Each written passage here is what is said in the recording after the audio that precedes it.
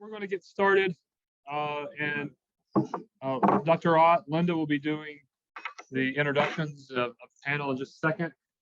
But before I do that, I want to take a little time to stress the importance of diversity and inclusion. So if you don't know me, I'm Dennis Levacy. I'm the Dave House Dean of Computing, Dean of the College of Computing.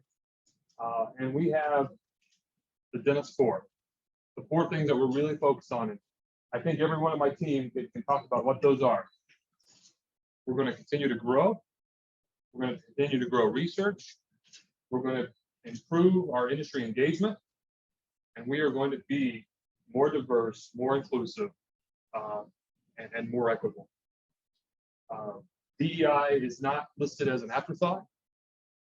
I always end on it as an exclamation point.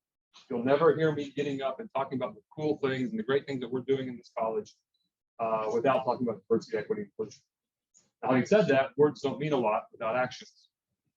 So we're in the process of building out a diversity, equity, inclusion strategic plan, a roadmap for how we're going to change our culture. And Linda provided the leadership to this work. And what our plan is not is a checklist. It's not a series of things that we're going to do so we can say that we have a plan in place. We are going to fundamentally address our culture and work to be more inclusive and more open and more welcoming to men and women across all races, all ethnicities, all economic backgrounds. We take a very broad view of this space. But one thing that we have been doing really well for a long time, specifically within the computer science department, we've been making strides for a long time, is improving opportunities for women in computer science. And I'll be perfectly honest with you, and if perhaps being overly transparent is one of my weaknesses.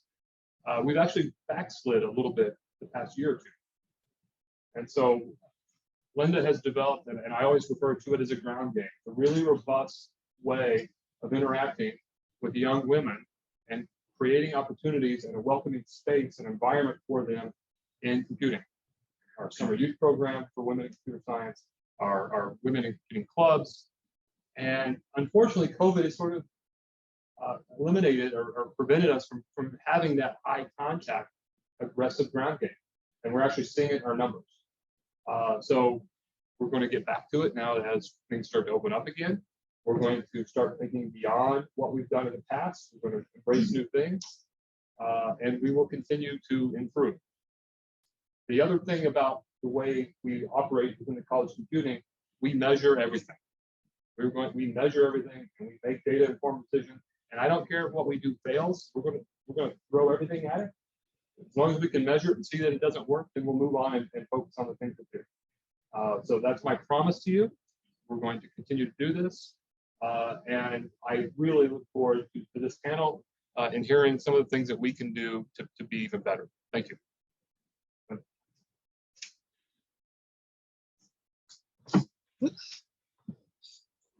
Okay. Is this what I'm using? Yes. Okay. All right. And if I don't trip, so welcome everyone. I am Linda Ott, chair of the computer science department.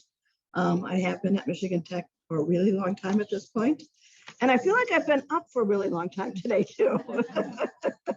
It's been a long week, but I'm really excited for today's panel. So today we're gonna have a chance to hear from some fairly illustrious women who are in the IT industry, several of whom have been in the industry for quite a long time. And I've had the privilege of interacting with in one context or another. You know, in the United States, as well as Dennis says, in our departments and in our programs here in Michigan Tech, we're well below the national average in terms of the number of women on campus in education. In the computer science department, as Dennis said, we backslid a little bit. We were approaching 20% women a few years ago, but COVID just really did us in. And so we're down in the upper teens in terms of the percentage of women, which is a whole lot better than where we were a while ago. We had an incoming class with 100 students, one of which was female. That's really, really sad. So anyhow, so that with that, a little bit of background, it's obviously very important to us to find ways to encourage women to go into computing. In industry, the tech industry has also been notorious for women in computing, women in technology. The statistics are something like 26% of tech workers being women, which again is sad, but it is increasing. And I get the sense from everyone I've talked to that the environment is getting better most places. Definitely not all places in the tech industry. I've heard of a few places that's not. But anyhow, with that being said, what we're going to hear from today is some ideas on, what is going on in the tech industry for women, how we can improve on both our environments and attracting more women into the tech industry and keeping women in the tech industry. So with that, let me introduce our panelists. And I'm going to keep our introductions short so we get to actually hear from them. So first off, we have our moderator, Paula Stolar. Paula is a 92 graduate, is that right? And she's currently the Senior Technology Director at Ally Financial Services and is on the Board of Directors of the Michigan Council of Women in Technology. We have Kathi Bellotti, Cybersecurity Program Manager at US Ventures Incorporated. And she's worked at a number of places such as Scribe Financial, the Nielsen Company, and others. And she's a founding member of Women in Technology Wisconsin. And we have Marie Buche. Marie, am I saying your name correct today? No, and we've known each other forever. Well, that's funny because I was looking at this morning and I was pronouncing it the way I had a faculty member when I was a grad student. And that came to mind and it's like, no, now I'm confused. Marie Buche. Buche, yeah. I wanted to say Buche. And that was one of the faculty and I'm going, I know that's wrong. So anyhow, and I've worked with Marie for a long time. She's the Associate Dean and Professor of Management Information Systems in the College of Business here at Tech. We have Cindy Rutyna. Rutyna. I know somebody that spells it that as Rutyna. You're Rutyna. Oh, you guys have to be consistent. And Cindy is one of the many Cindys that has worked at Ford or does still work at Ford. Yeah, you still work at Ford. Yeah. A lot of the other Cindys have retired. I was out last night and we were talking about the number of Cindys at Ford. And so anyhow, this Cindy has worked in vehicle software and electronic solutions. Did I get that right? Yes, right. Okay. And then we have Carrie Schaller from Dow Chemical. And I've had the privilege of interacting with Carrie a number of times. She's always helpful getting me people for my CS1000 class. And we have Elaine Stevens, who's the head of customer engineering at Google and a state board member of the Women in Technology in Wisconsin. All right, with that, I'm going to turn it over to Paula.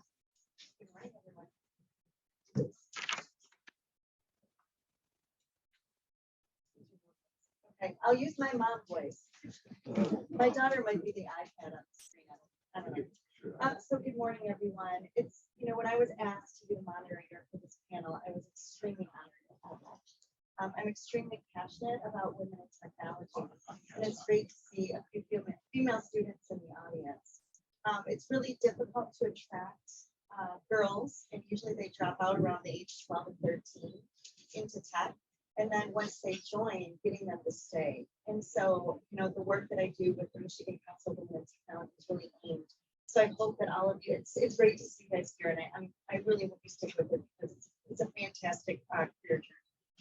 So with that said, I'm honored. It's great to be back at Tech. I haven't been back here in north of a decade. So got to hit all the cool hot spots, and my husband's never been to UP and show him around, so it's been awesome. But when I learned who the folks in the panel were, I went and did my best tech effort and cyber stopped all of them. And, some are a little bit more difficult than others for probably the right reasons. And, I found out that Marie, thank you very much for your service. She was in the US Air Force. That's where she started. And that's incredible to start there and then, becoming an educator here at Tech for quite a long time. Thank you. And, you know, Ford is actually sponsoring us today, and Ford's a great contributor, even in the MCWC space. And so, you know, Cindy and Mike and Cindy, thank you for Ford's generosity for doing so. And with that, I want to get us started. And Cindy, I'm gonna look at you and say, why tech? Like, what is your journey? Why did you choose this career path? So as a young girl, I did very well in math, in school and science, and I thought, geez, what am I going to, you know, career-wise? I think a lot of young children are, you know, what do you want to be? And I can be, oh, I want to be, you know, a singer or a dancer. And for me, it was always, I liked the math and science. I actually babysat, and the family I was babysitting for, her husband was a mechanical engineer. And she, I asked her, like, what does he do? Because you have to find out, like, what do you want to do after you're done with high school, and to actually make a career and sustain yourself. And she told me, I told her I liked that type of stuff. She's like, but if you really want to look at engineering, look at electrical. So I took some vocational classes in high school. Got a flavor of what it was like, and yes, I was the only female, but the desire was inside of me to go explore it, to see if I liked it. And then I also had a friend, her brother was going to school here, and he came up, and I was like, that's where I'm gonna go. I applied and I was accepted and just maintained the course. But I also like cars. So I've always had a passion for cars, and so I took my skill set of math and science and applied it to something that I love. And that is why I spent almost 31 years in the automotive industry. So my message to anyone out there, male or female, if you have something you're good at, and you also have a passion of something you like, bring them together and you will be very successful and happy because you'll be doing something you enjoy. And I can say to this day, I love my job. I love what I do. And I was able to bring those together at a young age. Not all young people know what they want to do. And so hopefully forums like this will provide guidance to the young people and help them figure it out, because we can only tell them our journey. We can't, you know, say this is the path you have to take. So that is how it started. That's awesome. And breaking news, please hold your mic up for your speaker. Oh, The folks on the Zoom. I'm sorry. That's okay. I feel like a real reporter. This is just in. And so, you know, your entire career at Ford is amazing. And when I was cyber stalking Elaine and Kathi, I learned they're both on the Women in Technology group in Wisconsin, and they met through, you guys worked together at one point, right? And so unlike Cindy, you have both been in various different industries, which so have I. Which I find really cool, and that's a great thing about technology. You can go basically into any industry. So, Kathi, I want to kind of lean into you and tell us what you've learned by going through technology in so many various industries, and what's been appealing about that to you in your career. Yeah, so I'm an opportunistic type person from a career perspective. I don't look at something and say I'm going to do this and this is what I'm going to do, and it's absolute. I always say that looks really cool. I want to try that. That's been kind of the way I've approached my whole career going forward. I actually got a degree in business, started out in sales and marketing. I'm good at it, but I was miserable. And I had a very progressive VP sales at the time, this was like so, right, where I actually, I took on the role of getting laptops into the sales guys' hands for the first time, getting them off of gold mine, from the old timers, gold mine, and getting them into a centralized customer relationship management tool, as well as teaching them SAP. So that was a fun first challenge and my first step into the tech side of the world. And I just fell in love with the tech stuff. Went from there to becoming a Nobel engineer and did that for several years. And then from there, progressed into managing a data center, taking on a network. And then the big first worm hit Code red, thanks for that. And cybersecurity and information security kind of fell in my lap and totally fell in love. And I've been pursuing that ever since in various markets and careers, including working for Nielsen. So a lot of you may know them from the rating side. There's a large consumer side that's just as big. They merged the two companies back together, worked with them in 100 countries, 660 offices, 135 data centers. So really got to learn a lot about a lot of different techs and technologies. And of course, the security side, we had incidents happening daily. And then from there, moved into financial for a while and realized that is a very regulated industry. And left there and went over to US Venture, which I've been loving. I had the opportunity to build their cybersecurity program and kind of bring them where they are and continue to mature them there. And they're considered critical infrastructure for the US. So it's been a fun journey for me. You get a lot of fun at Christmas when we say the word Log4j. Oh, Log4j. And I was ready to report that to the board then, right? So that's the big thing going, oh, the board's gonna want to know. It's in the past, it's been kind of like a fire drill. Are you sure you've got it all? Are you sure you've got it all? And I found out, and this is where continuing education really comes in and taking skills from sales and making it work more for me in other areas. And that was where I took my storytelling sales time. And I built my story around our Log4j journey for the week, around the fact that when I went to my daughter's hockey game, I was very tired. It was a week of Log4j, 14-hour days, many of us putting it in, trying to figure out what was happening with this vulnerability and what it was all in, because it is pervasive and everywhere. And got to the game, and one of the guys said, "You look pretty tired." And he was an IT guy from another company. I said, "Kathi, this is Log4j." I said, "Absolutely." He says, "Wait, what? We have appliances. We don't have Apache."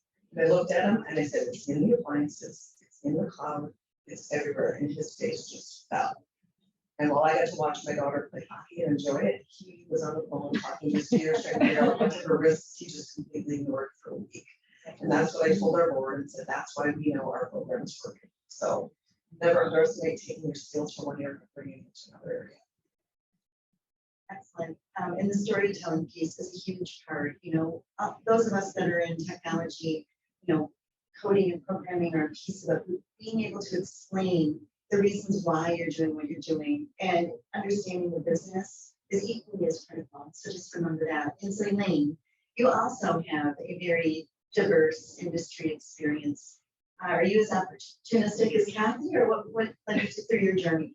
Yeah, I'd say I'm very opportunistic like Kathi. I'm never one who had a plan. People ask you what you want to do when you grow up, and first off, I don't want to grow up. Second off, I have no idea, right? So I started my journey. I went to MIT and I got a physics degree, and even that wasn't really planned.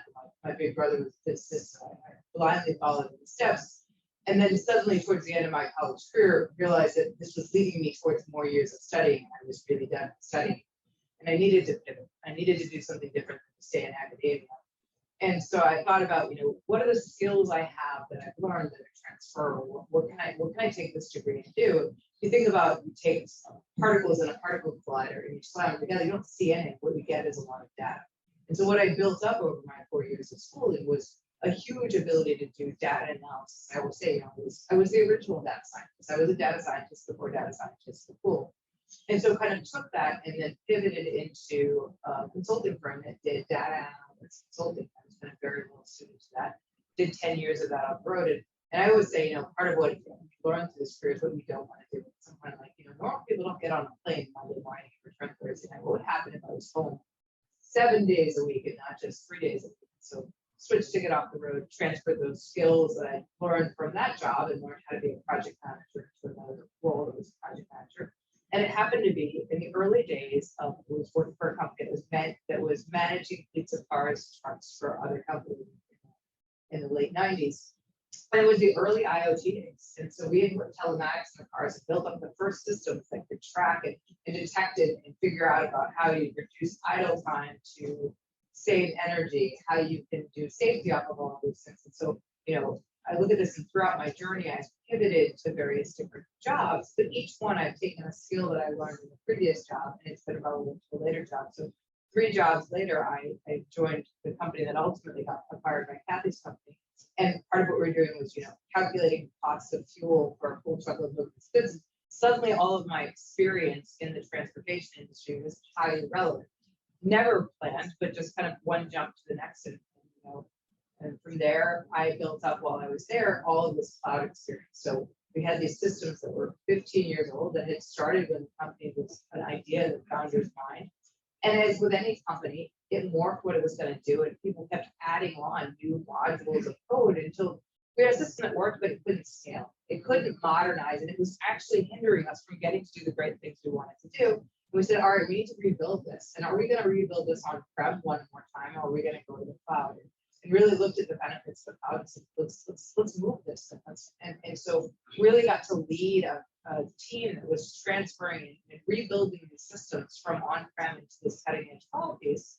And then when I wanted to kind of move on from that role, what I found was this really suited me very well, because what I learned was Google's entire stack, and I learned it from the perspective of the customer. I walked a mile in our customer's shoes, which really suited me well to kind of now step on the other side. So my job every day is to help the people that were in my role be successful when they want to migrate their systems to Google.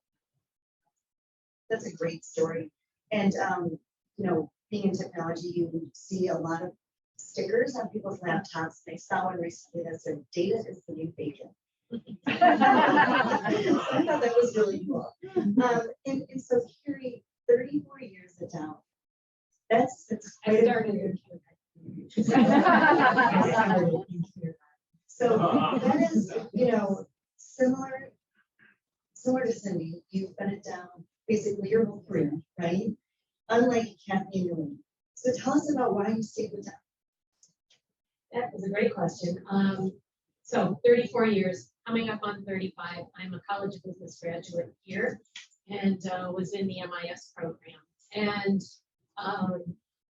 the simple answer to that, but there's so much more to it, is being in a very large global company.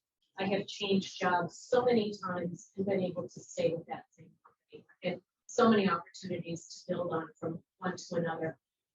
But I couldn't have predicted where it would land. And I mentor and coach a lot of younger employees now and encourage them very much to think not so much, oh, what is that next exact job that I want? I always say, I've done that a couple times and it's worked a couple of times, but most of the times it's pretty unsuccessful. If you're like, I desperately want the job that Elaine has, and that's what I'm going for. By the time I'm skilled for it, we'll have reorganized. It won't exist anymore. So Thank you for not moving out. right. Please quit. And so as I've worked across my career, I began in fairly poor IT business application background and migrated to manufacturing, which is a whole different language and a whole different world and a different set of leadership skills. But as I look back on that and I talk to other employees, I usually say, take those skills, take those things that you've had and start with, have these jobs, but don't just call it the job title. I was a program manager and I was a cybersecurity specialist. That's good. Think about from there, what do you like about that? What do you want to grow and what do you never want to do again? And as you build those things that you want to do, I really want to manage large budgets. Good for you. Do that, or I really want to manage people, or I never want to do those things. And I find it's a lot more successful way to look ahead, find things that you can grow and learn and just look at those future jobs and just get trying to hang your hanger on that next job, next job, next job. And that's a great point, because early on in my career, I had a great mentor who taught me the value of, every quarter to sit back, look at the things you've done that quarter, and then write down the new skills or the new things you learned and what you liked, what you didn't like. And he helped me build up what was really called my professional portfolio, right? And you just keep adding to that and year over year. And then as you look for your next opportunity, you can look back on there and go, okay, I'm taking this example, this skill, and I'm applying it to this job that I'm going for. And then you're basically customizing the resume from your portfolio specifically to that. So it was a discipline that I was very fortunate to be taught at a young age. I was 24 at the time, and it's been something I still do. And it's really a great way to help understand where you've been and where you may be able to go that you didn't think you could because you forgot some of those skills. And for me, that's not only do I do that, but when I realize 1 quarter or 6 months or whatever increment, that I have no new skills to put on, that's when I change roles. That's the indication that I've stopped growing into role and I need to buy more. And as long as I look at it going, I'm still picking up new skills, I'm still enjoying this job, I'm staying. I love what you were saying, and I just got to share this for the students, for workers, for anybody in the industry. We get a lot of advice to network and to go, and it's very important to build your network of peers, leaders, outside, whatever that might be. But I'm amazed at how many people track me down, get on my calendar, and whether we're in person or video, I am Carrie, I am so-and-so, and they look at me like this. And I'm, oh, what brought you here today? Oh, I heard you could really help me with my career planning. And I'm thinking, what did you bring to the table? Like, I'm pretty good, but I'm not that good. I cannot define from your facial expressions what we might want to do next. So the ideal scenario, if you were going to network or meet with someone, is bring that plan. It doesn't have, it can be fancy, it can be little. Bring some thoughts of what you've done, what you like, and that we can have a conversation from. But I am unlikely to read your mind and predict your future. 100%. That's a great tip. And when you have a mentor-mentee relationship, it's on the mentee to drive and build that relationship. You're getting a favor from the mentor, so just keep that in mind. In summary, educator. And I've learned, Jim and Dennis have been great at explaining to me, the structure of, academia and the roles in education, very different from industry. And Diane and I are at the CC EAB, and we were talking this week about how we think in industry versus how it's run in academia. So you stayed 18 years, right? So tell us a little bit about why you chose this route versus going into industry. Process of elimination. Well, I started out believing fervently that I was going to be a psychologist and loved psychology, loved helping people, loved teaching, loved education. Went into the Air Force 4 years as a missile launch officer in charge of nuclear weapons, which is a little different path than most of my peers. And then after, it was now what? So I tried stay-at-home mom and I failed. I know some of you fail at retirement. I failed at stay-at-home mom. Started a preschool because I like little kids and realized I love running a business. So that's how I got into business per se. I was always in the 10% minority females in almost every field I've gone into. So when you look around the room and you're the only female, I don't even do that because why? Because I'm always a minority in the room. I've never let that hold me back. I might temper some of the things I say occasionally, but you can't let it hold you back. If that's fearful for you, put yourself in situations that make you reach out of your comfort zone. For me, public speaking I was in that category of just kill me because I hated it. And I would do presentations in college and people that were your antagonists would cringe when you got up to speak. It's like, put yourself in those situations that make you afraid. Partially, it was technology. There was, in a couple of instances, there was a PC in the office that no one was using. I thought, well, it's gathering dust. So if I'm going to at least knock the dust off, that I'm going to learn how to use it. I became the IT guy, and that's often how we end up in career fields is opportunity, which you've heard several times today, passion. I didn't know I had a passion for IT until I started doing it. Meeting great people, mentors.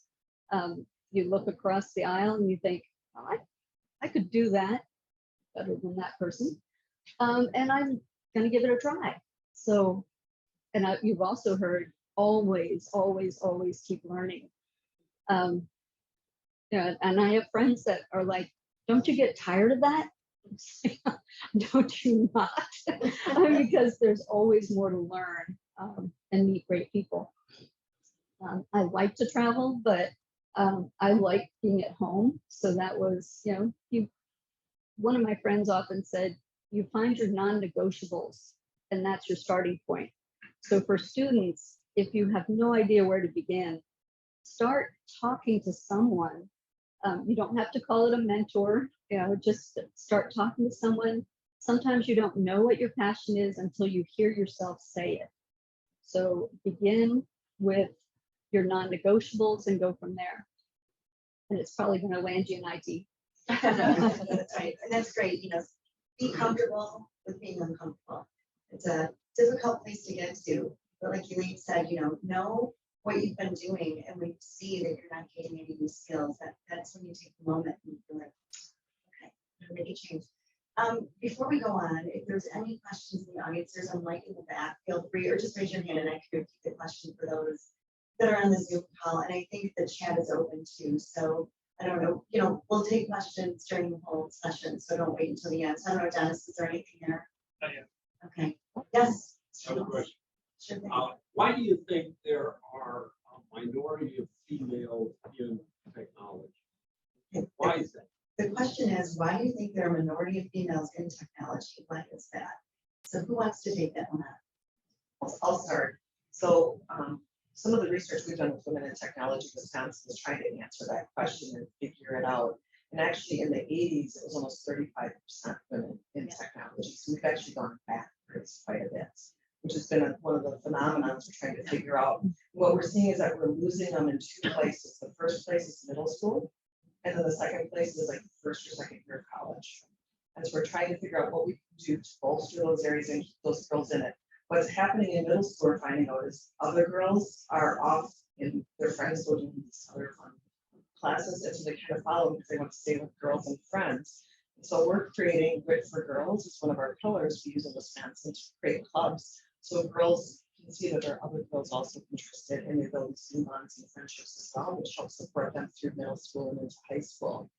Then we've taken it on with Grit on campus then, but we're also trying to get the campuses to have these clubs and relationships, because we find the guys kind of naturally do it and the girls are kind of left out. And, it's just nice for them to know that there's others in that field. And then we're bringing in the women in technology career side of the way at work to help become mentors and build relationships with those girls on campus, so they have that additional advice of people who've been there and have gone through things. So that's our way of kind of helping and trying to address it. But we really think it starts at that middle school level. And if we can capture more and keep them going in it, in that field, we've got a much greater chance of having a larger group coming in at college now. And then keep that support going for them. And so really this multi-generational network we're trying to build is kind of how we're trying to help that along. Because guys aren't intentionally leaving you out. Guys are just being guys. And that's something you have to just realize. They don't even think about it. They're just like, oh dude, let's go do this, and we'll work our coding stuff together, we'll practice together. They fail and laugh about it. Girls, when we fail at doing the code the first time, we think we're failing the class. And that's a mindset we have to change, from the resilience we have to teach them when they're younger, and the perseverance. Because you're really excelling every time you learn. Every time you fail, you're learning and you're growing and developing. And that's a hard thing in technology to take on and remember, because you are going to fail more than you will succeed. But that's what makes you good at what you do. So follow-on question, if I could. So what you're saying in middle school, that they're following their girlfriends, their friends in this area. So there's leaders who set a direction, then everybody's moving in that direction. How do we get those leaders to move in technology so that then when you stay with your friends, you're in technology instead of something else? So the follow-on question was, You know, in middle school, we're losing girls because they're following their friends to non-tech type of courses to stay with their friend group. So the question was, how do we get those girls who are kind of the leaders to go into tech and bring others with them? So here's a challenge I actually gave to our local community a couple of years before the pandemic. I was through it doing an event, and these girls were super excited. They were talking to me at the end of the event. They were early middle school probably age, and they wanted to show me their Lego robotics that they were. And they were so excited to see a woman that was super interested in what they were doing. And here are these girls. So I went up, I spent an extra hour with these girls to give them the time to like show me and really throw enthusiasm to what they were doing. And they were going to a national competition. And the challenge I asked the leaders around there, I said, you know, part of the challenge is people go to do what they think is celebrated and revered, right? You think about a high school football team, right? When they get to states, what do? We hold a pep rally. We have a parade. We make every student on that football team feel really special, like they're doing something great. A robotics team goes to nationals, and what do? Do we celebrate it at all? Do we make it seem cool? Do we make it seem like it's something really special? We don't, right? When I was at MIT, and part of the reason I think about this is MIT plays lots of sports, and they play all of them horribly. And so a football game might have 6 people show up for it. But most of these robotics competitions actually came from MIT in my days of being there. And when we had our robotics competition, you sat in the hall for 24 hours to get a seat at the game, right? It was the thing. The thing that revered status was that you did well in this, that you got into the competition. And suddenly, if you put status, if you put excitement around these things, girls, they want to fit in, they want to be cool. And is the cheerleading more cool than the math and science? And that's coming from a lot of times what us as adults are helping them think about and what we're celebrating and what would the world look like if we celebrated the technology stuff as much as the sports. Yeah, and another thing we'd like to do to really help those girls and influence in there is put women and college girls in front of them on a regular basis. We try to get into the schools, right, and show them the examples and the models, and then talk about what we do and the fun we're having, and show them that there is this world of possibility out there. We're also working with the school systems themselves, because there are schools out there in Wisconsin especially that aren't well developed, or they have a lot of tech classes, but they don't have like a tech path. And so we're helping them build that out too, which makes it easier to follow trails and paths versus just kind of bits and pieces. My daughter's a great example. She's now BW South, she's going into animation. And when she was in high school, she was taking, animation classes. And they go, oh, but that's not a tech class. I'm like, yeah, it is. So that was in the arts program, which, so it's interesting to see how that works and plays out too. So we're trying to help the schools become more cohesive in what they're showing in the paths that can be taken of all these great classes they have, and also bringing additional classes in. We've got the Microsoft Teals program going on in the 5 cities, which is great, which actually takes women who are application developers and bringing them to a class with a teacher over 2 years. They start teaching coding, and they're teaching the teacher while they're teaching the class, and then within the 2 years, the teacher becomes the teacher of the coding class now, and can take it over from there. So we're also trying to do that, and the more women we can get doing this, putting in front of these young girls, the more excitement we're seeing that, oh, this is possible, there's people out there, this is something I can do. Great, let's keep going forward. So that's helped quite a bit in that area as well. Those are all specific things you can do to encourage young women to go into technology, but there seems to be, we don't need those people, but boys somehow do it. But how do we make it cool for middle-aged girls to follow technology? Yes. Like the robotics. I'm not sure it's necessarily always going to be like cool for the girls. Girls approach things differently than guys do. We see this at career fairs. We'll have a computer open sitting on the table, and I'll have my cybersecurity warfare stuff set up. And so these boys will just push through and come in, and the girls will all stand back, right, and observe. And it's just the nature of the way they approach things. And so what we have to make sure we're doing is be very conscious of that at career fairs and other things, that we make the right space for the way people want to approach things, and learn things. Girls are natural observers first.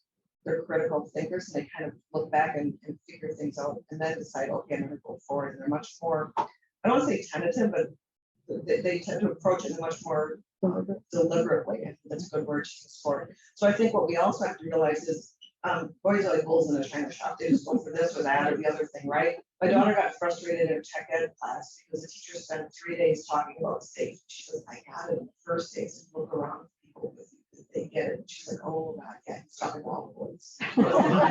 Exactly. So look, and you just have to figure that out. And she was ready to quit because she thought the teacher didn't like her and she was frustrated. And I said, go back and observe the whole room and don't think about it just as you and how it's affecting you and that teacher. Look at what he's doing in that whole room. And she came back and she said, Mom, those boys are dangerous. I'm thankful for they touch a tool. And also she's going, it's not about me. Okay, I'm staying with this class, right? So that's part of it too, is helping them discern those things.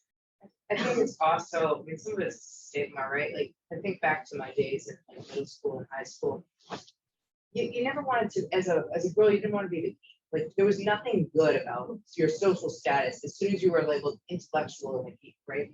And technology gave you that label really quickly. And that's where I really fundamentally believe that us as leaders in the space can change that stigma. We can celebrate it so that it's not the thing that says, hey, you're a social outcast if you want to choose this path. Because there's this pressure. You have seen so many girls that start down this path and they love it, but they can't handle the pressure, the outcast that comes with, hey, why aren't you doing the cheerleading? Why aren't you doing the things that carry social status? Instead, you're choosing to do this, and they eventually just kind of fold into it because we still kind of put that stigma that it's better for guys to be intellectual than it is for girls in places. And I think in middle school, they're very sensitive. They're still figuring out who they are, and they hate much easier. Also, though, you know, girls and boys do think differently. When you watch children play, you will see the young girls, they will role play and they will play house. The boys will play with the dump truck and they're moving the dirt and, you know, they're not role playing. They're just doing stuff and they do think differently. But just because you think differently doesn't mean that you can't be in technology. It's just the way that it's approached. So I think that connection and then the coolness of it, you know, they want to follow their friends. And what do the boys do? The boys play football. Is football technical? No, but it's a technical game. You know, what the cheerleading is very technical. But I did not think cheerleading was a sport. You watch those girls do competitive cheer, and I'm like, that's synchronized gymnastics. Oh my gosh, that's technical. So you have to get them to start thinking, like, even though it's not technical, it can be. And I think the transition of the coolness, right? So if we can transition the girls to think that it's okay to take that skill set and apply it technically, you're going to grab them. I think having role models is super important. Maybe more so for the girls than for the guys, but it's really, you know, even though I've always been in that minority set, I can see where we attract women to IT because we show our passion. We don't hide it. We show different paths to, you know, to create careers that are very fulfilling. And, you know, I asked my daughter when she was in middle school, high school, you know, are you going to go in IT? You know, thinking, you know, this is my opportunity to convince my daughter. I mean, if I can't convince her, what good am I, right? But she said, no, I want to work with people. And it just hit me like a ton of bricks. What does she think I do all day? So I was very deliberate after that in showing that these are career fields where we work closely with people, finding solutions, training, fixing problems, being role models, and helping others find their passion. And that's really cool because some of the opportunities that are out there for the girls and the women are really huge. In the hacking community, ethical hackers, the hacking teams are looking for women because we think differently, because it makes the team stronger. They want to have the diversity there because they're better at the job of hacking and thinking about different ways to do things, having differentiating approaches and views on those teams. So I went from tech IT into cybersecurity. So I went from a small group to a smaller group, right? And they are always wanting more because they actually value that diverse thought and thinking it's something we can bring. Elaine, do you remember the one programming thing they talked about the cars, and wasn't it the airbags or the seats in the cars that they had the men designing and programming, and they had no women on the team. And suddenly when they put the models in, the women and the children in those seats were the dummies were getting killed, right? In the test, like what's going on? Well, it's because they hadn't thought about the size of a person not being a man size. And so they had to go back and do a lot of redesigning because of that. So there's a lot of value, and those are the things we need to teach and the examples we need to bring to help all these young ladies know that it's okay to be different. It's okay to have your thoughts and your viewpoints different, because that's what brings the value of you into that environment. And that's good, and that you should be comfortable with that. Yeah, it's one of the things that Google we talk about all the time. Think about Google, we have 10 or more now products that are used by a billion people every day, billion users every day.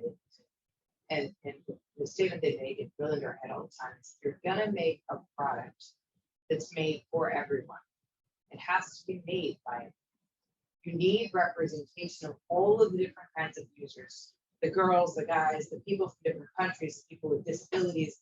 As soon as you miss any of them, you have no chance of making a product that will be good for everyone. And that's where diversity, equity, inclusion really makes a difference in this world, because the world is so intermingled. Find me somebody who's making a product that, and go, my goal is to sell only 10 of these. Everyone wants to sell to everyone, which means you need to have these viewpoints. You need to have the women represented, because, and sometimes it's just the fact that our stature is different. Sometimes we think differently, but the value in all those different things. There's a great ad that Google has that talks about, the cameras and the work they've done to try and make sure that people with dark skin tones look well in the camera, because historically there was never people with dark skin tones building the product.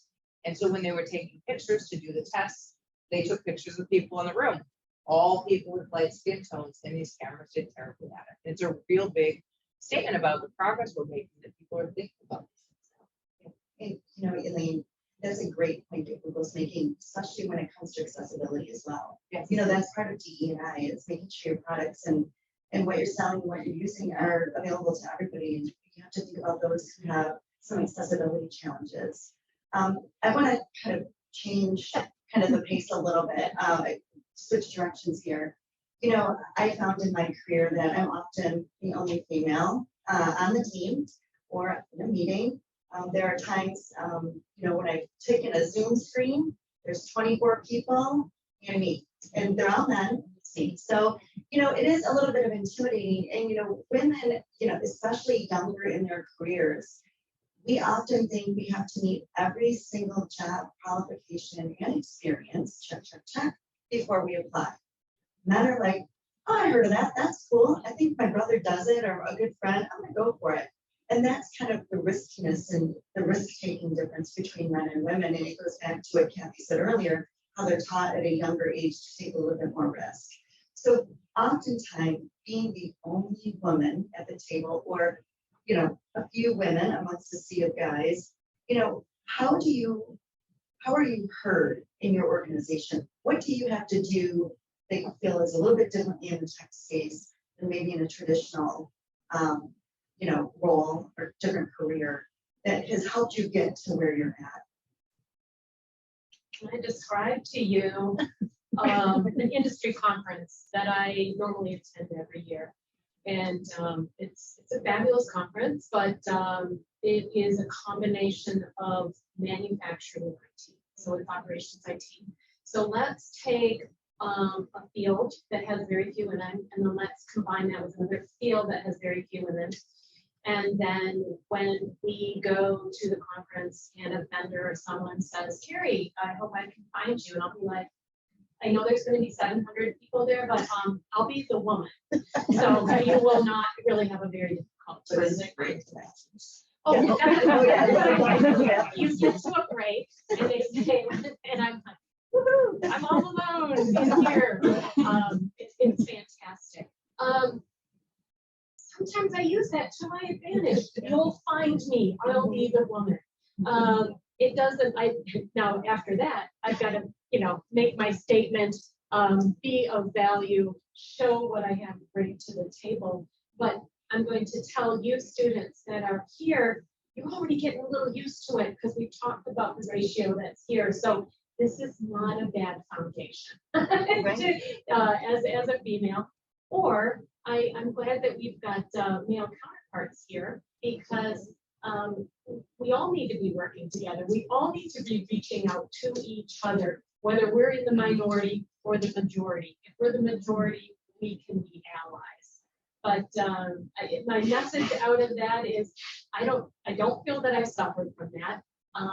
But at the same time, I'll hear some women say, I've got to be, 10 times more prepared. I've got to be 10 times better. I don't worry about that. I bring myself, bring my knowledge, stand at the table. You can easily find me, and I don't let that get. I actually thought about this deeply when I was in grad school because I felt like I wasn't being heard. I would, it was the classic where I would say something, get no response from a team. Another person on the team, usually a male, would say the same thing and, oh, good answer, that's great, let's run with it.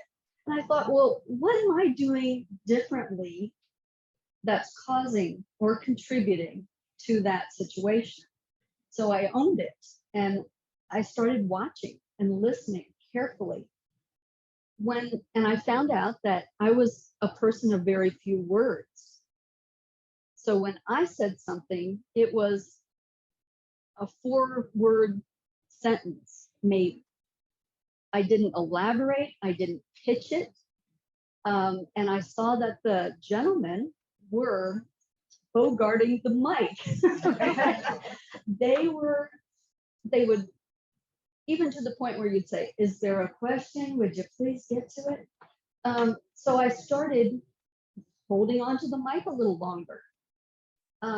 Make sure that your voice is connected with the idea, make eye contact, pitch the idea, and if it still gets stolen by someone else, go back to it and say, I'm glad you're building on my idea.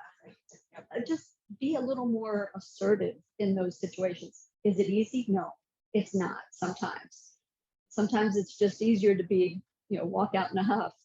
But and there's a hold on fine, to it. yeah, there's a fine line of assertive and like aggressive or reactive.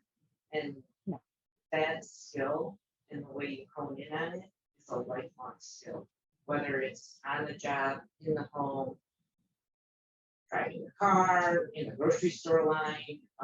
So it's just something that I think everybody has to work at their entire life. To make sure that they are heard and they're heard in an assertive manner. So it's Yeah, and a couple of the tricks that we've talked about and learned over the years too is a lot of women tend to upspeak, which makes your statement sound like a question and you're not quite sure what you're saying. And so then it leaves a different impression. It shows uncertainty, even though you can be very sure of what you're stating and bringing to the table. You need to ensure that your voice has that even modulated tone so that it sounds like more of a statement and that you're confident of what you're saying, even though you are when you upspeak, because that's just something that women naturally do as well. Another trick we've learned, first off, is stealing your idea back. It's great if a guy in the room takes the idea from you to go, thanks for building on my idea. It's the best statement to use to kind of bring it back and make sure you're still engaged in part of that conversation. A trick you can use if there's 2 women in the room is echoing. So if one woman makes a recommendation, the other one picks up and says, hey, Kathi had that great idea. I think we should take a deeper look at it. And then, or restating it, and that seems to help as well. So there's just a couple things to do a little bit differently, but assertive versus aggressive is very, very important. There's a skill of being soft but strong, and it's what you really need to focus in on. And I've actually questioned some of the men sometimes, so they're like, well, Elise was kind of a bitch in that session, right? And I look at it and go, would you have said that if Pat had said that instead? And also he's like, well, you know, because I heard Pat 2 meetings ago say the same thing. And so I also catch the guys on the flip side going, are you applying the same view when it's a woman stating it versus when a man would say that? So it's a bit of educating when you can in a good way, and also just ensuring that you're presenting yourself in the best way you can to be at that table. And just kind of building a little bit on what Kathi said, you know, when you have the luxury of not being the only woman at the 700 person conference, but you have somebody else, another woman that's going to be with you. One of the things is make a bond, make a pact with the other women. Oftentimes women compete. We succeed better when we, you know, go in together and go, hey, look, make space for me. I have an idea, right? Because it's often easier to make space for somebody else to go, you know, I know Kathi has a really great idea. She was telling me about it earlier. Kathi, could you elaborate on your idea, right? And so if you go in with other women and kind of have that pact ahead of time, you can amplify your voices and it's less scary. You've got somebody else there to help you along. Yep, and one more trick, and it's honest God, it actually works, is you go into the bathroom stall before the big meetings, when you gotta go in front of the board or whatever else, it's a big one. Superman pose. You guys know the Superman pose? Honest to God, it actually works, and it builds your confidence level up, your tone changes, the way you walk into the room changes. Oh, and by the way, have you ever noticed when guys sit at the table, they take up space? We all go with them, we'll just organize the stuff. Spread out, take your space, right? And the Superman pose really does make it sounds funny. I even like have different songs I'll sing in my head beforehand. It really works, and it can make a big, big difference in how you're perceived in that. So take advantage of it. Dennis, I saw you had your hand up. Yeah, so I consider myself an ally, and even I will catch myself using pronouns that are male gender, microaggressions or things that I feel guilty about afterwards. Helping train someone like me, I think, is easier, but how do we train folks who, first off, how do we train folks like me when I mess up, or people like me, allies? How do we help nudge folks who don't necessarily see when they're using the word he, talk about the IT team, that they need to be educated, and that's creating an environment that is not. Yeah, so Dennis's statement, for those who didn't hear it, is, he considers himself an ally, and so when even himself, he trips up and uses guys, the general term, for example, which is a male word, or refer to men in technology when there's women, or microaggressions. What can we do to help? And I'm going to take this one because this just happened to me last week. I was in a senior leadership meeting with about 58 people, and the top leader at the very end of the call said, "Any questions, guys and girls?" And so one of my coworkers immediately put in the chat, there's only 8 of us on the call, and she said, "Please use gals or women." And he saw it in the chat and said, "Oh, that's just me, that's who I am, you're never going to break me," of kind of saying guys and girls. So it was at the very end of the meeting, and I had to get to another meeting, but I did have a minute between meetings to find a great Forbes article about why it is more frustrating to women to call us girls than men really perceive. And if you think about it, these words travel together: guys and gals, girls and boys, men and women. So when you say guys and girls, you are putting women behind the men in kind of the classification. It's small things like that as a woman, you just need to kind of remind folks, and trust me, there's a lot of great websites and articles out there that you can just say, hey, here's a gentle reminder. And hopefully they'll do better next time, and you just kind of bring it to the present. I don't know, have you guys done anything similar? It's similar, and as well, never embarrass. Right. Because there's no way to make anyone less of an ally, more conscious in an uncomfortable way than when you find that article or you have those right words to say.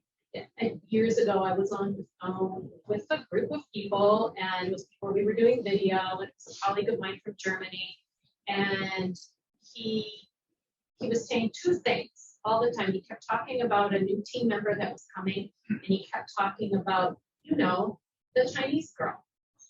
And again, we weren't on video, so he couldn't read our expressions, but I know what my face was doing in my quiet office. And every time he said something, you know, you could just hear the pause. I would have talked to him later in a gentle way, but he was perceptive enough that he called me afterward and he said, and we had a good enough relationship. And I think he knew that Carrie, I just think I did something wrong and I have no idea what it is. And you know what? Thank you. And he's not a native English speaker. So I explained that there were two issues there. We talked about the girl issue.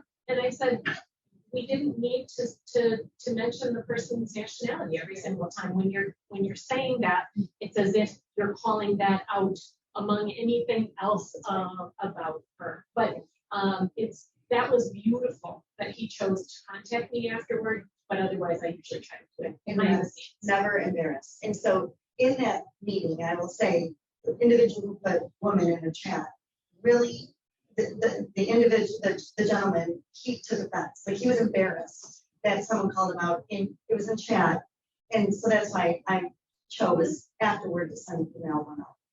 Yeah, so I mean, I think your question is really great. I think one of the things we do at Google is, I think about diversity, I think about inclusion, I think about kind of being an ally to women. You know, I look at my journey and go, there's a lot I need to learn about, you know, the transgender community or ethnicities, and just trying some days to keep up with what are the politically acceptable terms. What am I saying? Oh, I do want to be an ally to people, but I often feel like I'm not educated enough, or the world's changing fast enough, and afraid, and you're right about not embarrassing people. And what we'll pull together is ally groups where you can have that conversation in isolation that talks about, you know, is this term acceptable? Where I can ask a naive question, and the statement going in is always, it's a learning space. We're going to make mistakes. You can ask the question. No one's going to judge you on the fact that you're not educated. It goes, I don't understand. I made this phrase. Why did that not come off the way I thought? This was my intent. Like, why are people reacting differently than I intended? Because there's a lot of growth, right? And it's a tricky spot because people don't want to be embarrassed. You're used to doing what you've done, but the world's moved on. But you can see your question provoked a lot of emotion. But the theme, because it does hit home, whether we're female or a different gender, but the way that we fix that as a society, all three examples, education. So we have to keep evolving, and you know, we have to understand some things may offend other people, but we don't know. But we have to be willing to learn, you know, what is not offensive. And sometimes we can get operation overload. Like I don't want to say anything because I don't know who I'm going to offend, but it is education, and then it's respect, right? And the reason you're willing to learn is because you want to, you know, respect. So Good question in the very back. I was going to ask, how do you productively approach a group of men who previously made you feel belittled or laughed at? So the question is, how do you productively approach a group of men who persistently make you feel belittled or laughed at? Give you one man, and it could extend to a group. Several years ago, I got a fine promotion. Great recognition of work I was doing, moved into another area. Hooray for Carrie. I had a colleague, a man, who prior to that treated me like I knew nothing. If I was in a meeting with him, he would turn his head because he was superior and he was a blah blah architect, and surely his title and endowed in him more knowledge than me. And got this promotion, and who wants to get on my calendar right away and come and get my opinions and what's my direction? And I was stunned because I am no smarter than I was last week. If you thought I was a dummy last week, I'm still the same dummy. And that took a lot of self-control because that's exactly what was going through my mind. I'm still the same dum-dum. And now you think because I have a new title, I know something a lot more than you. So I really had to work my way to smooth through those situations. And again, you know, treated him professionally, but that was like a trust and verify thing because I then didn't really trust a lot of that relationship. I was making the same points that I had earlier, but really had to work at it. You know, and one of the things you can do is you can go at it and address it head on. I feel if you start with yourself, hey, you know, I feel like when we have a presentation or we're doing a group project, you know, that you're not necessarily on my side or giving me support I need. Why is that? Help me understand.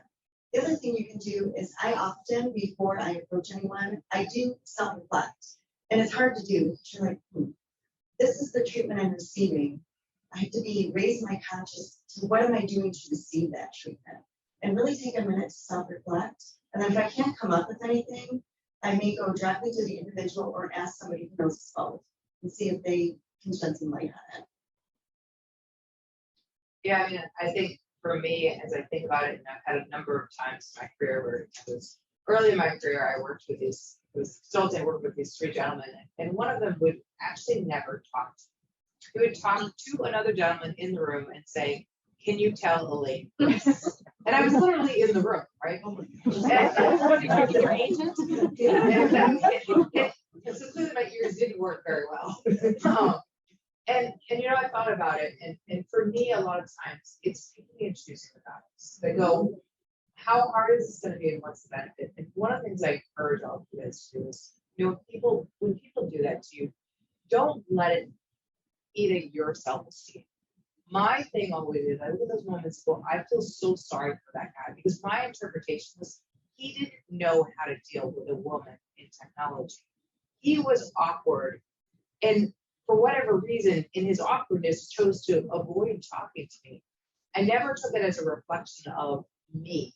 And I think that really helps me a lot of times when I look at it and go, I feel sorry for them. They're still in a different spot in their journey. And am I going to choose right now to invest into that journey? Or am I going to take the easy way out and walk out of the room? And sometimes I take the easy way. It's probably not the right choice, but at the end of the day, you only have so much information. Yeah, and it's a great example, and it's happened to me with women and men. So that's something important to understand too, and that's one of the reasons we love Women in Technology Wisconsin. We say we rise by lifting each other up, because women are so good at being competitive with each other, and we end up shooting each other in the foot, and the guys just walk right past us, right? So a lot of times, self-reflection first. I use divide and conquer, because whenever you have pack mentality, it's hard to break into the pack. So take an opportunity separate and pick out one or two and just kind of try to ferret out what's going on and understand better, and then help them understand your perspective of what you heard versus what they said. Another big thing that I've learned being a mom of a autistic son, and it used to be called Asperger's, right, is there are a lot of neurodiverse guys in technology. They just don't know it. And their skill set with behavioral and communication is horrendous. And that they don't even recognize or realize the social norms that they need in order to be successful themselves beyond what they can do in that tech area. And a lot of it, like the guy you mentioned, oh my God, that's my son. I could see my son sitting in the room as an adult doing that exact thing, because he was just like, oh my gosh, I can face her, I can't look at her. Right. And so those are the things you have to think about, as well as what's going on with them too. Because too often with women, we always take it in as it must be me, right? It must be me. I'm broken. I'm not right. I'm not remarkable. And you need to understand that you are awesome. You are remarkable. You have a lot to provide and give, and understand that it may be because they have lower confidence in themselves, and they're a little bit scared of what you're bringing into the room or to the table, and they don't know how to deal with it. They don't know that you can be an ally for them as well. So I try to build the bridges that way. And then a fun thing I do at the tree shows and conferences that I use to my advantage, being a woman, is I'll have my male peers with me, and we'll be talking to different vendors. So the sales guys focus on the men. So I get chop sheets and I get the information, and I never get sales calls because of disregard. That is so awesome. I wanted to add one more thing. It often is the case that you can identify who the ringleader is in that group. And if you can do what all of these wonderful people have said, use some of those techniques one-on-one, embarrassing them publicly is not a good idea. But to talk to them individually and become human and more of someone that, oh, you have an interesting idea that I can, that you can share and build rapport. And that happened to me in the classroom where a group of young men who had been together through high school and then college, and I was hearing bird chirping sounds while I'm trying to lecture. And it's, it's funny for a while, but it eats at your self-esteem. It's what am I doing or not doing? And I read something once somewhere that if you condone it, if you ignore it, you condone it. So if you don't address it, you have just given permission for people to treat you that way. But you don't have to do it in the room with all those people and make it an issue. It's better, I would say, to do it personally outside of the venue, as they were saying earlier. Yeah, so I am a senior undergraduate at Tech, and throughout many of my technical classes, we've had lots of like group projects, and in many of those group projects, there's often a team leader, and in some of those instances, I've taken on that responsibility, and many of the times I'm either the only or one of two women. And so I know you guys touched on touched on like being the only women on a team. And so I was curious to ask what your advice is in that same area, but specifically from like a leadership perspective. Yeah, so the question is, we have a senior in the room who is often through her experience here at Tech has taken on group projects and in times has been the leader. And so as a female leader, in a group setting where there's mostly men, how do you take that on? This is the best practice you're going to get for your career. I would start by saying that having recruited, interviewed, talked to students for many years, I want to hear about your technical skills. I want to hear all kinds of things. What you've done in those group projects and how you behave is critical. I want to tell you a really quick interview thought for you and anyone else in the room. And I've heard this so many times that I want to share it. We'll talk about those group projects because there's so much to learn. And I can't tell you how many times I've heard, I was in this class and I was really the only one that was getting stuff done. And I talked to them and I talked to the professor and eventually I just threw the whole thing on my back and I got it done myself. Spoken that is a fabulous accomplishment. You got it done, okay, you crossed the finish line, but that is not great practice for the rest of the world or the rest of your future career. That is not as impressive as you might think it is because we want to know you can get things done, but the fact that you're going to come to work at any of our companies or you're going to go on in an academic world, and those kind of people are going to be around you forever. And until you build up those skills of understanding who is good at what, I mean, an example, we were talking neurodivergent students.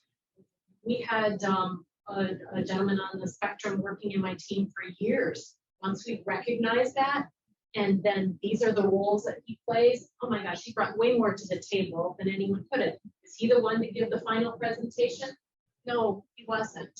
But it's you're gonna learn more and have more to share if you can figure out the right skills of people and properly assign that, then throw it on your back to yourself. I echo that too. Yeah. Because is that every team player has a position. And that's how you get across the finish line. Because everybody picks up their part of it that they're good at, and that's how you make it through. There's a saying, like, you're only as good as your weakest link. And so, but you have to recognize as a team leader, maybe you don't know what their strengths are, but have a meeting and ask, how can you help with this project? Just right out ask them. And so often, school kids think it has to be equal distribution of the work. That's not really the best value of the team. The best value is using the strengths of the team and leveraging it, which may mean someone does 35% of the work and someone does 10%, but that critical 10% is the polish for something else, right? So it's really understanding what the value of that person brings to the team and leveraging those values and not sitting there going, well, I did 45%. Because that's what we tend to do a lot, is chop it that way. And that's not the way the real world works either. It's what are you bringing to the table for your values for this situation? And there are times when you'll be the one that's got the mother load, and other times you'll be the one that's really doing anything but doing the same little things at the end. And So it's okay. And people want to help. I think, they don't want to be the one, that's not what it really. No, people like to, yeah, accomplish that. That's great. It's a great feeling to finish something and do it well. So, One of the most powerful things a leader said to me years ago was to say, if just taken over a team, brought us together, this is his first team meeting, he said, I asked of you guys exactly one thing. He said, I need you to approach every situation with the starting assumption that everyone else in the group on the team has good intentions. Now figure out what story you have to tell yourself in your head to make the situation make sense. And so that comes across as, when you find somebody that's not engaging, sometimes it's something behind the scenes with their family, with their life. And if you start with, okay, what might make this happen? It's often easier to figure out how to make it better than if you start with a frustration of, hey, I can't get this person to engage. And so I always encourage people to start with what might make this happen that would make it make sense and put them in the best possible light. And you'll figure out how to motivate your team. You'll figure out those special things that everyone brings. Because you're right, you need all of those different talents.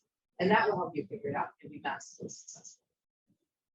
Kathi, I'm just going back, great tips, but what you just said about dividing the work equally is just not how it works in the real world. But yet we do it, trust me, my daughter calls me from school and is like, I just did this whole project all on my own. I'm like, well, good for you, but bad for you.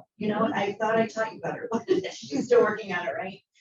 Even as you go up in your career as a team leader, I am very fortunate to have an extremely talented group of individuals working on my team who know way more than I do. It's knowing what their strengths are, knowing who to go to in the organization for help, removing roadblocks, and helping them get through any barriers they have. That's really the job of a team leader. You're tackling all the time and helping the individuals to be successful. And if that happens, the whole group's successful. And I just have to reinforce something Diane Marsh said yesterday that really resonated with me in the moment. And it's a statement that, I've heard throughout my career, but kind of lost sight of is, if you want to go fast, go alone. But if you want to go far, you go with others. And as a leader, you're leading those others into that far. So just kind of think about that. And then also, in the coding world, slow is fast, fast is slow, right? So Thank you. Real quick, and I think this really helps as you put your teams together. I had one of my joys of leadership in the past number of years is watching new leaders come up and become great leaders. And so I had a gentleman working for me, and it was one of the first times he'd been a people leader before. And he approached it technically. He read books and he watched TED Talks, but it worked for him. And one of the things, and you can find many TED Talks about this on how you pull strengths out of team members. And he was building a new team. We're very global. And before they dug in and got things going, he pulled them together in a workshop and really had everyone focus on what I bring to the table and what's my value. And that team was phenomenal. But before they ever got going, and everybody helped. I'll just add one more thing from the opposite side of the issue. As an instructor, yeah, I would often have teams tell me, or leads on teams tell me that so-and-so isn't contributing. So I would talk to the person who was, the target, so-and-so, so-and-so. And that person would say, they're calling meetings when they know I work. They're calling meetings in 15 minutes. I didn't even get the message. So back to what was said earlier, there may be other factors involved. And if all you're seeing is that they're not contributing, then you're missing the why. And maybe give them a chance to explain. There's too many questions on the chat. I just wanted to check in real quick. Yes. So one of them is, who are your professional role models and why? Okay, the question is, who are your professional role models and why? So I'll tell you what I am. So one of I think they're all here now. yeah, this group of incredible women. I do have a professional role model. She's the CIO of Flagstar Bank. She was my boss, and she was in a much different role. And we're both in the financial services industry. And I really grew to admire her and see her as a role model because, like me, she was a mom. She was developing in her career. And she was really trying to get that seat at the senior executive leadership table. And she fought really hard to come up in the ranks, and she did so. But when she was trying to get that kind of top seat at where we currently work, she was just roadblock against roadblock against roadblock. And so she kind of just looked around and said, you know what? And it kind of goes back to what Elaine said earlier. If I'm not learning a new skill and I'm not able to get what I want, this probably isn't the right place for me. And so she took it upon herself, her career in her own, or, I always say drive the bus of your own career. And she did that. And now she's the CIO of Flagstar Bank. And I've always gone to her for advice. She gives very good, sage advice. And I think you just need to find the one or two people kind of that you can resonate with, you feel comfortable and open, just having a dialogue and being that role model for you, that you can kind of see why they're doing what they're doing and understand what they have to tell you. What do you guys have? What I'll share is I think sometimes people feel, oh, I need to have like that one person that I admire, that I want to be.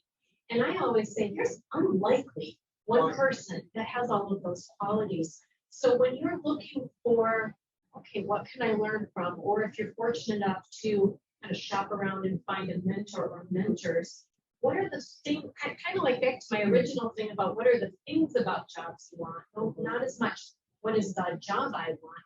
What are the qualities of that person? If you are, people often come to me because I worked less than full time for many years while raising all my kids, and okay, they come and think I've got secrets to the universe on life balance. I'll tell you what I can't, but I've got that piece. But there's people that I look at because, wow, you've achieved something so phenomenally technically. And I prefer to advise people to look at those pieces and parts of people and what can you take from each. Yeah, I was gonna say something fairly similar, right? That, I think for me, I have a million leaders that I admire, and most of my time when I'm in the presence of leaders, I'm looking at them and going, what is it that they have? What is it that I'm not great at? And why would I not have been able to stand up and give this amazing speech someone gave? Like, what is it about me that I can learn from them? Even today in this panel, I'm doing the same thing, and I'm listening to Paula go, wow, her ability to tie the conversation back, like that's a skill I need still. I don't need that. I haven't learned that, but I watched Paula and I learned Paula. And to me, I would almost say every leader I interact with at some point is somebody that I'm learning something from and taking bits and pieces more than to your point. I ever said, this is the leader. Right.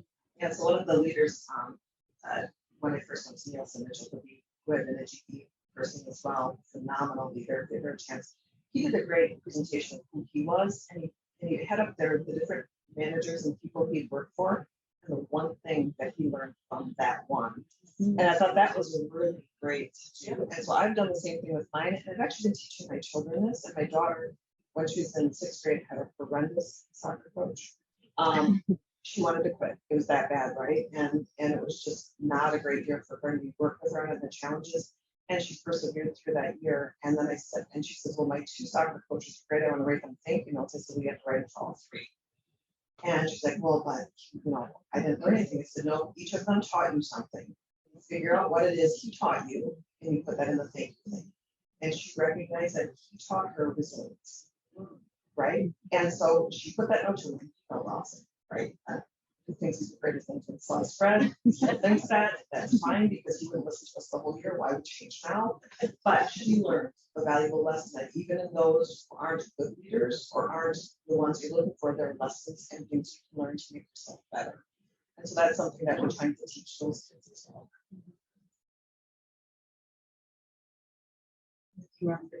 Yes. So I learned about emotional intelligence way late in my career. And I just wonder why, looking back, had I known some of that early on, it would have been very helpful. And why is that perceived as a female thing? Or do you see that with males as well? So the statement is basically, learning about emotional intelligence later in your career. And do we, it seems to be perceived as a female, or do we think that it, is inclusive of males as well? Emotional intelligence, I think, doesn't have to do with male or female, but I think women, we feel it's more geared towards us, but it's not really. I mean, in our leadership group, we all had to take it, male or female, equal playing field to learn about it. I think it's our perception, perhaps, of what we're taking in as, oh, this must be geared towards females. But we try to reflect back on that and say, is it really? Do you guys perceive it as females? No. It's a good, there's a great book out there. I can't remember the author, but if you haven't read it, I highly suggest Emotional Intelligence. Simon Sinek does a lot of that. He does a great job with it. And I really think it is not a male or female thing, but it's not about having emotions. It's really about understanding you read others, read the room, read the situation, and then respond appropriately to those situations, right? So my husband is much better at emotional intelligence than I am. I go to my emotions first versus thinking through. And emotional intelligence is really that pause and the ability to think through all of it prior to responding and how to respond in there, right? So I think it's a skill we all learn, and I think we all have varying degrees, and I don't think it's a male or female as much as it's a personality and the way a person approaches things. Yeah, so we are at the top of the hour, and I'm a big fan of start on time, end on time. Everyone has an agenda and a schedule. We could sit here probably all night, end up back at the Bolts and keep going, right? So, I want to thank everyone for joining us today. Marie, Kathi, here, Cindy, Elaine, and Carrie. It's been wonderful getting to know all of you and Cybers talking to you and having the offline dialogue leading up to this. So thank you so much. You're incredibly gifted, talented women, and so thank you for sharing everything with the group. We're very grateful. Thank you.